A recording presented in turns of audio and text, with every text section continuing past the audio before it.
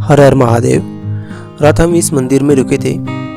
ये महाराज है जिन्होंने रात में मेरे भोजन की व्यवस्था की थी, उसके लिए उनका आभार मानता हूँ। यात्रा की शुरुआत करते हैं। आज हम हैं वेस्ट बंगाल में। एक मनसा या मन बाजार है जहाँ पे हम हैं। अभी हम जा रहे हैं झारखंड देवघर, जहाँ पे बाबा बैद्यनाथ हमारा अगला ज्योतिर्लिंग है।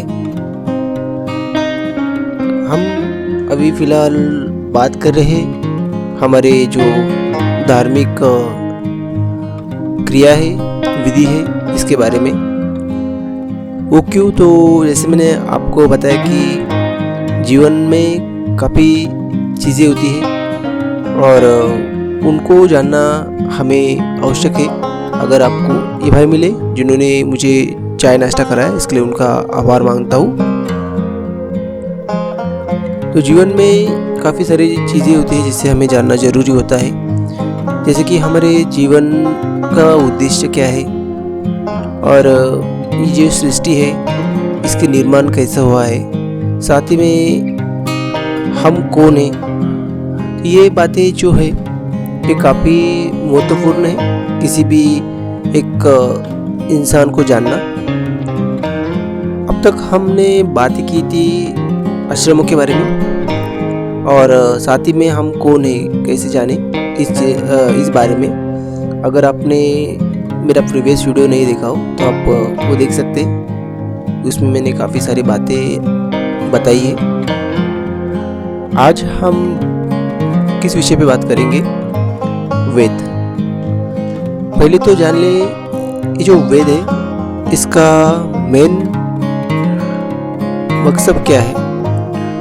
आप जब भी कोई वस्तु खरीदते हैं तो उसके साथ एक यूज़र मैनुअल आता है, उसे किस तरीके से इस्तेमाल करें और उसके अंदर क्या क्या फीचर्स होते हैं, विशेषता होती है, वो सभी बातें आपको उसमें बताई जाती है। तो इसी तरीके से जब हमारी सृष्टि का निर्माण हुआ था, जो ब्रह्मदेव ने सृष्टि निर्माण की थी, तब उसी वक्त उन्होंने जो 4 वेद दिए उसी के बारे में यहाँ पे हम बात करेंगे।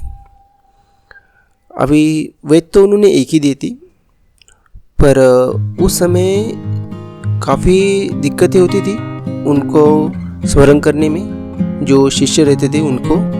तो इस वजह से कृष्ण दोबान जो है ऋषि थे, उन्होंने इसमें 4 खंड निर्माण किए। 4 खंड जैसे कि ऋग्वेद है, उसके बाद यजुर्वेद है, सामवेद, अर्थवेद। तो ऋग्वेद जो होता है उसका ऋग का मतलब होता है प्रेज, जो नेचुरल एलिमेंट है उनके बारे में था। उसके बाद यजुर्वेद जो था वो जो रिचुअल होती थी हमारे जीवन में प्रैक्टिसेस करना, उनके इंस्ट्रक्शन उसमें था। और सामवेद जो है वो एक जेंटल था, मतलब एक संगीत के संबंध में था। और अर्थवेद जो है वो जीवन के बारे में था, जीवन को किस तरीके से हैंडल किया जाए, कैसे डील किया जाए, जो वेल्थ है उसको मैनेज। ये भाई मिले जिन्होंने मुझे स्वीट खिलाया, उसके लिए उनका आभार मानता हूँ।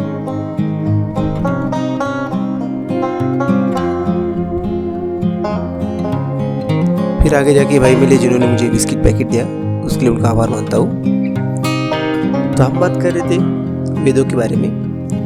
तो पहले जो गुरु शिष्य परंपरा चलती थी, तो गुरु से शिष्य को फिर आगे जाके एक सर्कल चलता था।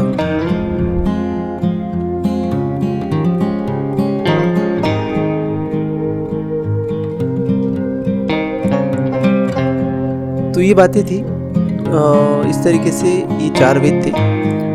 इसमें भी और 4 प्रकार थे, उसको वर्गीकरण किया था, एक संहिता, ब्राह्मण, आरण्यक, उपनिषद।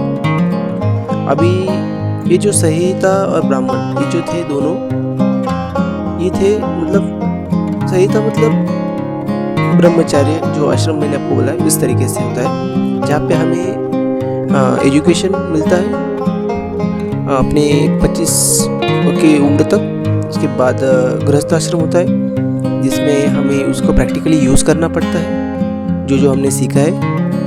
और फिर उसके बाद में वानप्रस्थ आश्रम होता है, जो हमें धीरे धीरे इन चीज़ों को अपने आप को अलग करना पड़ता है, वो भी 25 साल तक। और उसके बाद आता है संन्यास आश्रम। तो वहाँ पे हमें जो एब्सोल्यूट ट्रुथ होता है, मोक्ष होता है, उसको हमें ये करना पड़ता है, समर्पित करना पड़ता है अपने आप को, मतलब जीवन को पूरी तरीके से हमें डिटैच करना पड़ता है सभी चीज़ों से, सांसारिक चीज़ों से। तो ये इस तरीके से ये जो है 4 वर्गीकरण किए गए हैं, आपको बताना चाहूँगा मैं। अभी जो ऋग्वेद है उसमें क्या होता है कि जो आयुर्वेदिक होता है, आयुर्वेदिक हो या ध्यान, जो योगा, ये जब सब बातें हैं ये ऋग्वेद में आती है। जो नेचुरल चीज़ें होती हैं, ये भाई मिले जिन्होंने मुझे सपोर्ट किया यात्रा के लिए, उसके लिए उनका आभार मानता हूँ। उन्होंने मुझे कुछ फ्रूट्स दे और साथ ही में आर्थिक मदद भी की, उसके लिए उनका मैं आभार मानता हूँ।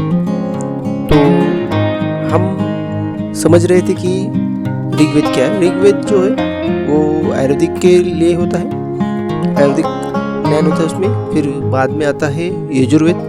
यजुर्वेद में होता है शास्त्र जो होता है, धनुर्विद्या वगैरह, उसके बारे में हमें समझने को मिलता है, जानने को मिलता है और विद्या मिलती है। और उसके बाद सामवेद जो होता है एक संगीत के लिए, जो हम संगीत आज जीवन में सारे गमा ये सब जो है, ये सभी इसकी पूरी नॉलेज जो है संगीत से मिलती है। और लास्ट में जो अर्थवेद है वो जैसे कि अर्थ है, इसके बारे में जान जाता है, मतलब समाज के चीज़ों के बारे में। तो ये है वेद है, जिनके वजह से हमें काफ़ी सारी जीवन में जो भी अलग अलग तरीके की कोई भी किसी भी तरीके का, ये भाई मिले जिन्होंने मुझे सपोर्ट किया यात्रा के लिए, उसके लिए उनका आभार मानता हूँ। फिर आगे जाके छोटे भाई मिले जिन्होंने भी सपोर्ट किया, और वहीं पे और एक भाई मिले जिन्होंने भी यात्रा के लिए मुझे सपोर्ट किया।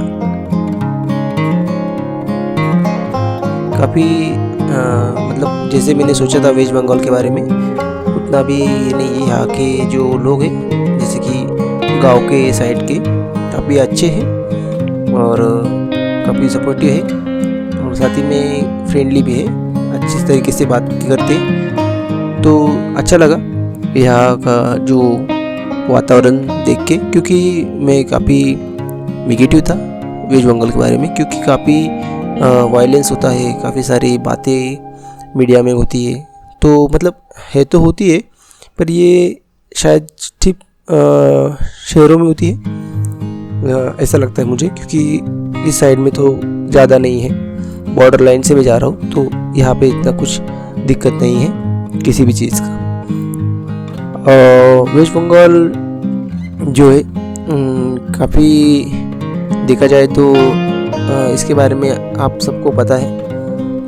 यहाँ पे जो खान पान जो है वो ज़्यादा करके स्वीट ज़्यादा खाते हैं लोग, और आलू का तो पूछो मत। जब से मैं उड़ीसा शुरू हो गया तब से हर एक चीज़ में आलू आलू होता है। यहाँ पे भी सेम है, आपको हर एक बात में आलू मिलता है। जैसे साउथ में चावल से बने हुए हर एक पदार्थ मिलते हैं, इस तरीके से वेस्ट बंगाल में भी हर एक चीज़ आपको हर चीज़ मतलब हर एक सब्ज़ी में आपको आलू मिलेगा ही मिलेगा।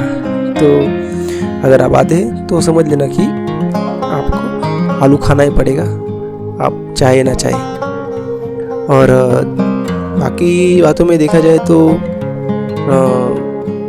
ठीक है, मतलब ये आपके जैसे कि दिख रहा हो कंस्ट्रक्शन, मतलब इन्वायरमेंट भी अच्छा है, यहाँ का वेदर भी अच्छा है। तो कभी मतलब इतने काफ़ी हद तक सब बातें अच्छी है यहाँ पे। ये भाई मिले जिन्होंने मुझे बिस्किट पैकेट दिए, उसके लिए उनका आभार मानता हूँ। फिर आगे जाके ये भाई मिले जिन्होंने मुझे पिज़्ज़ा खिलाया। इनका यहाँ पे ये शॉप है, देख सकते हैं आप। और यहीं पे एक शॉप है, आप देख सकते हैं ब्लैक शर्ट में, इन्होंने मुझे यात्रा के लिए सपोर्ट किया, उसके लिए उनका आभार मानता हूँ। तो अभी शाम हो चुकी है, आज का जो व्लॉग है यहीं पे समाप्त करते हैं। हर हर महादेव।